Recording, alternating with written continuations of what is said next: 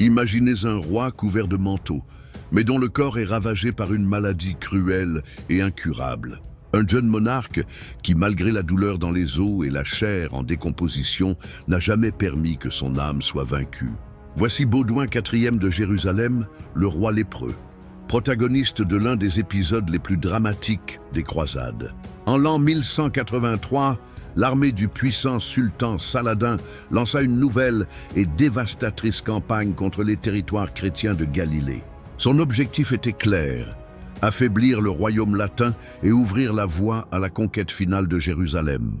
Mais ce que Saladin ne s'attendait pas à affronter, c'était la réponse fulgurante d'un roi que beaucoup considéraient déjà comme inapte à gouverner et encore moins à faire la guerre. Enveloppé de bandages et transporté en litière, Baudouin IV allait démontrer une fois de plus pourquoi il était craint par ses ennemis autant que vénéré par ses alliés. Dans cette vidéo, vous découvrirez tous les détails de ce retournement militaire surprenant, les stratégies employées, le rôle de la maladie dans le commandement de Baudouin et comment cet épisode a consolidé sa légende. Restez avec nous jusqu'à la fin, vous comprendrez pourquoi, même malade, ce roi n'a jamais été faible. Dans la seconde moitié du XIIe siècle, le royaume latin de Jérusalem était une fragile forteresse chrétienne enclavée au cœur du monde islamique. Fondé après la première croisade, il faisait face à des menaces constantes de l'extérieur ainsi qu'à des querelles internes. En 1183, Baudouin régnait déjà depuis environ une décennie, luttant non seulement contre les ennemis étrangers, mais aussi contre la lèpre qui le consumait lentement. De l'autre côté, Saladin consolidait son pouvoir sur l'Égypte et la Syrie, réunifiant les forces musulmanes sous sa direction. L'équilibre entre les deux mondes était précaire. Toute offensive pouvait changer le destin de la Terre Sainte. L'année était 1183. Saladin, le sultan charismatique et rusé d'Égypte et de Syrie, rassemblait une immense armée. Avec des dizaines de milliers de soldats, il avança vigoureusement à travers les terres de Galilée, région stratégique au nord du royaume de Jérusalem.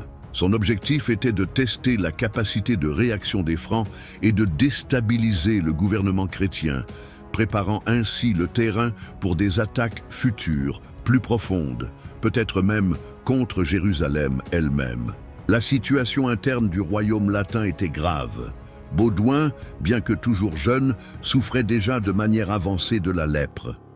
Incapable de marcher, il dépendait d'une litière pour se déplacer et de nombreux seigneurs féodaux remettaient en question sa capacité à gouverner, et encore plus à mener une guerre. Néanmoins, dès qu'il apprit l'avancée de Saladin, Baudouin n'hésita pas. Animé d'un esprit de fer et d'une foi inébranlable, il ordonna aux barons de se réunir immédiatement dans le but de marcher en défense de la Galilée.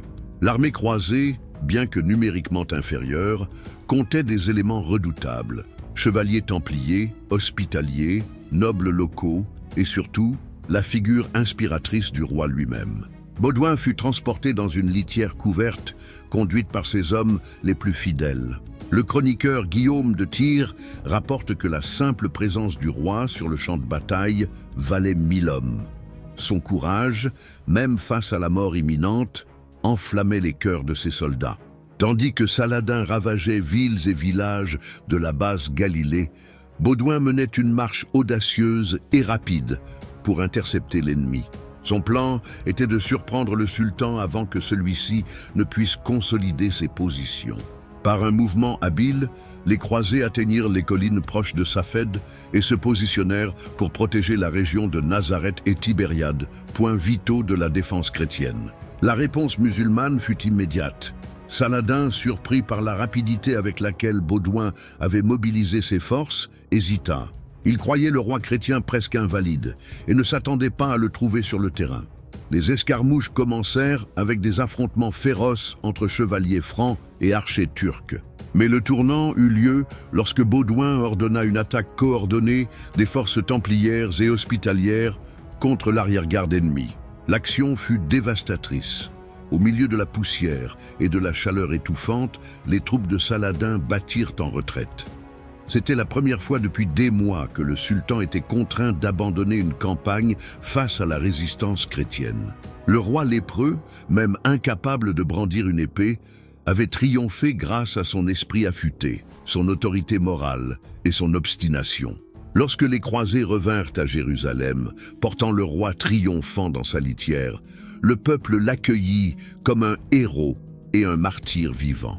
Cet épisode marqua l'une des dernières grandes actions militaires directes de Baudouin. Son corps montrait déjà des signes de défaillance, mais son âme demeurait inébranlable. La victoire en Galilée ne fit pas qu'entraver temporairement les plans de Saladin, elle renforça aussi la légitimité du roi face à une noblesse divisée et un royaume au bord de l'effondrement.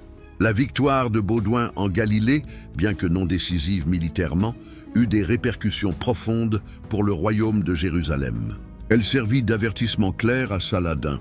Le roi lépreux restait un adversaire redoutable. Cette contre-attaque, menée par un homme au seuil de la mort, devint un symbole de résilience, non seulement parmi les croisés, mais aussi dans l'imaginaire européen, où circulaient des récits héroïques de son autorité surnaturelle. Mais les effets les plus complexes de cet épisode furent internes. Le triomphe temporaire de Baudouin masquait une réalité politique fracturée. Le roi comprenait déjà que sa fin était proche et savait que la succession au trône serait loin d'être paisible. Ses principaux rivaux à la cour, en particulier le comte de Tripoli et l'influent Guy de Lusignan, commençaient à manœuvrer leur position avec plus d'audace. Craignant que sa mort ne plonge le royaume dans le chaos, Baudouin décida d'agir. Dans un geste inédit, il proposa le couronnement conjoint de son neveu, Baudouin de Montferrat, un garçon fragile et encore très jeune. Ainsi, le roi lépreux devenait régent officiel, préparant le chemin vers une transition légitime, bien que extrêmement fragile. Ce fut une manœuvre risquée, mais qui démontrait sa lucidité stratégique malgré une souffrance physique extrême. Sur le plan spirituel, la campagne contre Saladin eut également un impact symbolique. Pour de nombreux chrétiens du royaume, Baudouin incarnait l'idéal du roi, juste qui souffre pour les péchés du peuple, presque comme une figure messianique. Les moines et les chroniqueurs commencèrent à écrire sur lui en des termes quasi hagiographiques, associant sa douleur physique à la purification de la chrétienté. Le fait qu'un homme dans un tel état ait vaincu l'un des plus grands chefs musulmans du siècle fut perçu comme un signe divin, un rappel que Dieu protégeait encore Jérusalem. Cependant, Saladin ne s'avoua pas vaincu. Malgré la défaite tactique, sa stratégie à long terme demeurait intacte. Il reviendrait avec encore plus de force, rassemblant davantage de tribus, de ressources, d'alliés.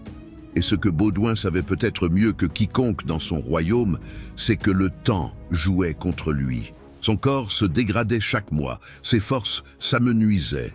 En privé, il écrivit des lettres urgentes aux royaumes d'Europe, implorant des renforts et l'arrivée d'une nouvelle croisade.